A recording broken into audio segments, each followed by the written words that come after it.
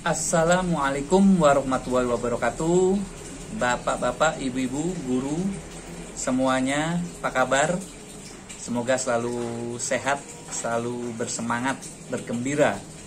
Karena itu bagian yang sangat penting dalam kehidupan manusia. Jadi pikiran, rasa gembira itu bagian penting. Walaupun masalah bertubi-tubi dengan berbagai macam makanan dan sebagainya. Jadi semoga selalu bergembira, selalu bersyukur. Kali ini saya ingin berbagi tentang seringkali kita melihat atau mendengar, mungkin anak kita atau sebagai guru juga melihat, menyaksikan langsung betapa ada saja anak yang kalau di kelas itu saat belajar mengajar itu ngobrol aja. Jadi suka itu bercerita aja. Dan berceritanya itu bisa mengganggu proses belajar mengajar secara keseluruhan. Juga mengganggu teman, mungkin teman duduknya di kelas. Memang bukan hal mudah mengatasi anak yang suka ngobrol, suka bicara ya saat guru sedang menjelaskan sesuatu atau saat Pak Guru berbicara. Tapi kita juga harus ketahui dan pahami apa yang membuat mereka seperti itu. Apakah mereka bosan? Apakah mereka susah menangkap apa yang dijelaskan oleh guru? Atau mereka sudah mengerti kadang? Jadi ada anak-anak yang mencoba melampiaskan keinginan untuk berbicaranya itu karena dia sudah memahami sesuatu atau bahkan juga dia lagi pusing karena nggak mengerti, jadi ya sudah dilampiaskan dalam bentuk ngobrol. Hanya saja saatnya tidak tepat saat orang lain sedang bicara, dalam hal ini guru atau orang tua.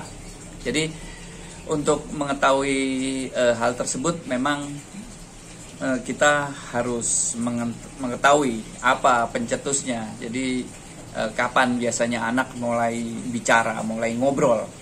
Ini harus kita ketahui. Nah, tips yang pertama adalah kalau di sekolah yang sederhana sekali adalah memindahkan tempat duduknya. Yang tadinya duduk mungkin di belakang atau di tengah, dipindah ke depan. Dan kalau perlu duduknya sendirian. Karena anak-anak membutuhkan, anak-anak yang suka ngobrol, suka bicara, membutuhkan orang lain untuk diobroli atau diceritai begitu. Jadi pindahkan, dengan memindahkan akan berubah kondisinya. Yang kedua, kita juga bisa memberikan jeda saat mengajar, saat proses belajar mengajar berlangsung, kita memberikan semacam waktunya 3 menit, kalian boleh bicara apa saja, boleh ngobrol. Jadi diberikan waktu untuk mereka, dan itu juga sebenarnya semacam mengasah gergaji. Jadi saat runut, penat, jenuh, diberikan jeda untuk asah gergaji, untuk refreshing, untuk relaksasi, dan itu baik. Dan buat khususnya anak yang suka ngobrol, bicara, dia punya kesempatan juga pada waktunya untuk melontarkan ceritanya, obrolannya. Yang ketiga,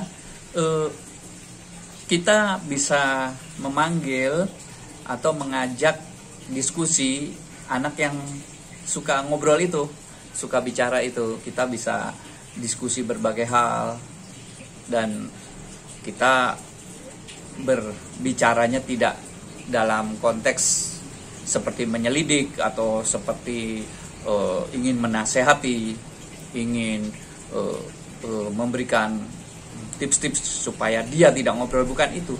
Tetapi diskusi tentang apa sih sebenarnya, kenapa orang suka bercerita, kenapa orang suka ngobrol, bagaimana cerita dia, kondisi dia. Kita mendengarkan, ya, not only hearing but also listening, ya.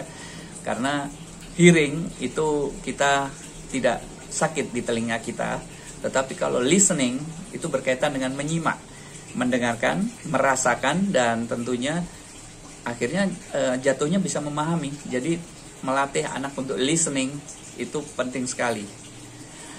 Yang keempat, kita memberikan aturan dan kita patuhi aturan itu. Jadi aturan misalnya boleh bicara setelah pelajaran selesai, atau aturan bahwa saat Bu Guru atau Pak Guru bicara, kalian mendengarkan. Tapi kalau kalian lagi bicara atau cerita, Pak Guru, Bu Guru juga akan mendengarkan, atau Bapak Ibu akan mendengarkan kamu. Jadi di sini ada timbal balik, dan tentunya dipatuhi secara konsisten dan disiplin.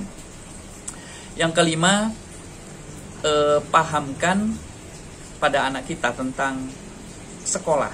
Apa itu sekolah? Bagaimana saling menghormati di sekolah? Bagaimana suasana belajar di sekolah? Ada siapa saja di sana? Jadi kadang-kadang apalagi anak-anak yang usia kecil, usia SD kelas 1, kelas 2, kelas 3, bisa jadi membutuhkan pemahaman-pemahaman. Jangan-jangan mereka tidak mengerti, sehingga mereka ya anggap sekolah ya seperti di luaran, jadi ya bebas aja, mau cerita, mau ngobrol begitu. Dan yang terakhir, berikan kesempatan anak menyampaikan ekspresi apa yang diobrolkan dengan versinya. Jadi berikan kesempatan anak-anak menyampaikan unek-uneknya, keinginannya, idenya, hal-hal yang sering ingin sampaikan. Jadi beberapa anak bisa kita lihat punya kelebihan energi untuk berbagi, untuk bercerita.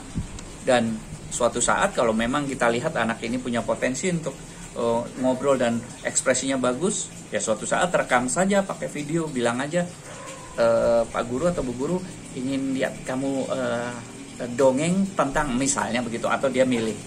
Nah, ini kesempatan yang baik. Jadi kita tidak mudah mengubah itu, tetapi kita bisa berusaha mengubahnya. Semoga Parentage kali ini bermanfaat dan kreatif